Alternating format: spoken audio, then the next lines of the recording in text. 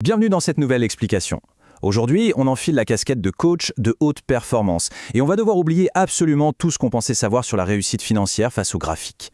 L'idée, c'est de déclencher un changement de perspective massif, un vrai déclic, absolument indispensable quand on débute et qu'on veut survivre à ses premiers mois sur les marchés.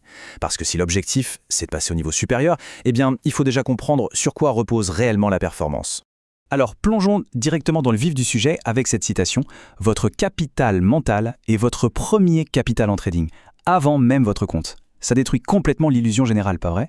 Quand on débute, on ne jure que par la stratégie, le fameux ratio gain-perte, les stop-loss. Bien sûr, c'est important. Mais attention, l'outil qui exécute la stratégie, à la base, c'est notre cerveau. Donc bien avant le portefeuille, bien avant la meilleure méthode du monde, le tout premier capital, c'est le mental. Mais concrètement, de quoi parle-t-on? Ce fameux capital mental, on doit le voir comme un réservoir. Et le mot-clé ici, c'est fini. Ce n'est absolument pas illimité. C'est comme une jauge de batterie. À chaque décision qu'on prend, à chaque minute passée à attendre, à chaque pic de stress, cette jauge se vide. Et la logique est implacable. Une fois la ligne rouge franchie, l'opérateur devient instantanément un danger pour son propre compte bancaire. Notre lucidité a une date d'expiration quotidienne, on ne peut pas tricher avec ça. C'est d'ailleurs fascinant de voir le contraste. Un trader fatigué ou frustré, physiquement, il ne voit même plus le marché de la même façon. D'un côté, on a l'état compromis. On commence à négocier avec nos propres règles. On force des configurations médiocres. De l'autre côté, l'état clair. Une exécution hyper propre, un détachement émotionnel parfait, le respect strict des limites. La stratégie technique est exactement la même sur le papier, mais l'exécution, elle est diamétralement opposée. Ce qui nous amène à notre première grande partie, le cycle de l'épuisement, et comment l'état mental pilote réellement le compte. C'est un véritable effet domino.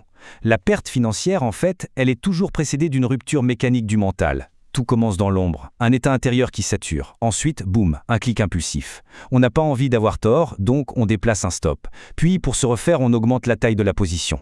C'est seulement à la toute fin de cette chaîne catastrophique que le compte subit le choc. On parle de voir les profits de toute une semaine effacés en 10 minutes à peine. Le compte ne fait qu'encaisser l'épuisement. Et ça illustre brillamment la fameuse spirale descendante, surtout pour un novice qui n'a pas encore l'expérience pour dompter ses émotions. Le trading impulsif est un poison redoutable. La fatigue crée une petite erreur, cette erreur engendre de la frustration crie vengeance contre le marché. Le résultat? Une nouvelle erreur bien plus grosse qui pulvérise le capital, mais qui détruit aussi la confiance en soi. C'est un cycle qu'il faut absolument briser. Passons à la deuxième partie, les signaux d'alerte émotionnelle, pour détecter cette baisse avant le crash. Le mental ne s'évapore pas d'un coup, il laisse des indices. Voici une vraie checklist de survie avant d'ouvrir la moindre position. Alerte rouge immédiate si on ressent ces signaux. Une impatience palpable, une tension physique dans la mâchoire ou les épaules. Le fait de chercher de fausses bonnes raisons pour valider une entrée médiocre. L'obsession de vérifier le PNL toutes les 2 secondes. Dès que la neutralité disparaît, l'espoir irrationnel prend le volant. Ce sont les preuves physiques d'un épuisement immédiat. Face à ces signaux, on a souvent un très mauvais réflexe. On pense que fermer la plateforme, c'est un aveu de faiblesse. Faux, archi faux. La vérité, c'est que la meilleure protection, c'est de quitter les écrans. Il faut revoir totalement cette idée.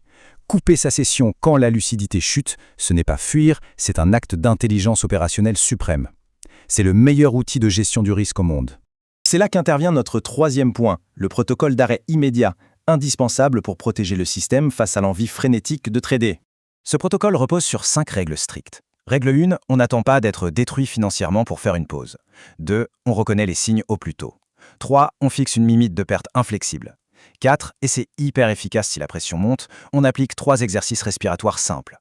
D'abord, on s'éloigne physiquement des écrans, ensuite on inspire profondément pour ralentir le rythme cardiaque, puis on expire pour relâcher la tension musculaire.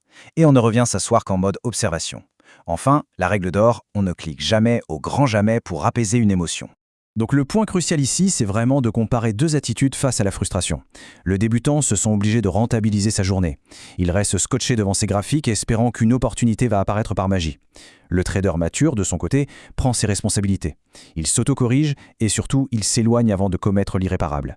Il n'attend pas que le marché le punisse pour comprendre qu'il devait s'arrêter. On en arrive à notre 4e section, l'hygiène de vie opérationnelle. Parce que la discipline en dehors des écrans, c'est littéralement ce qui garantit la longévité. Il faut se l'avouer, en trading, on est comparable à des athlètes de haut niveau sur le plan cognitif.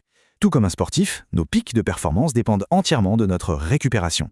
L'opérateur est un corps et un système nerveux avant d'être un exécuteur de stratégie. Un sommeil de qualité, du mouvement quotidien pour évacuer le stress, la réduction des bruits extérieurs, c'est cette discipline de vie qui dicte directement notre lucidité en séance. C'est ça qui forge une carrière durable. Ce qui nous mène naturellement à notre ultime étape, section 5, comprendre pourquoi l'arrêt est une véritable victoire. Avoir la maturité de se lever de sa chaise et de se dire à voix haute « Aujourd'hui, je ne suis pas dans le bon état pour continuer », waouh, c'est le niveau ultime. Avoir la discipline de prononcer cette simple phrase au bon moment, ça sauve des milliers d'euros, c'est une certitude. Ça nous permet de considérer une pause forcée, non pas comme un échec, mais comme un gain massif en gestion du risque. On protège la machine pour qu'elle puisse tourner demain.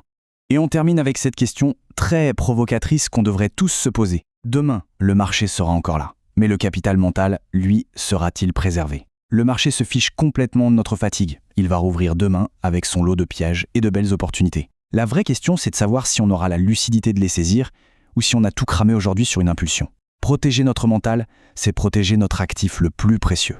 Il faut vraiment garder ça en tête lors de lors de la prochaine session de trading. À très vite pour une nouvelle explication détaillée.